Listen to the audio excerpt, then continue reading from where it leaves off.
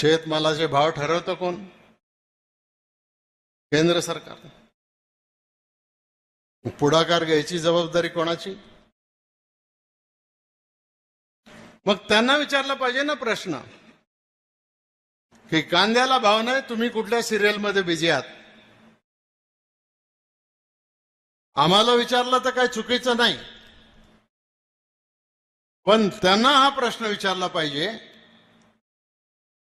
आज विजेच्या संदर्भामध्ये आणि माननीय मुख्यमंत्री महोदयांना, माननीय वळसे पाटील साहेबांनी विचारावं की गेल्या 7 महिने कांद्याला बाजारभाव नाहीये. प्राइस स्टॅबिलायझेशन फंड नावाचा एक फंड आहे केंद्र सरकारकडे. हा राज्य सरकारनं हा प्रस्ताव द्यायचा असतो, तर राज्य सरकारनं हा प्रस्ताव दिला का? माननीय वळसे पाटील साहेबांनी हा प्रश्न विचारावा याआधी.